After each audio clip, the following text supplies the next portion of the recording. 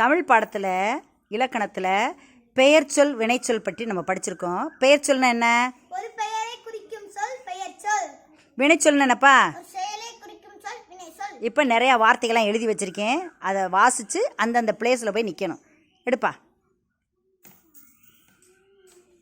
பாடினால் வினைச்சொல்.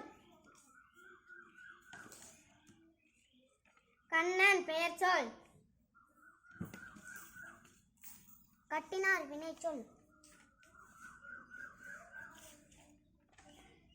ஓட்டுநர் பெயர்ச்சொல். ஓடியது வினைச்சொல்.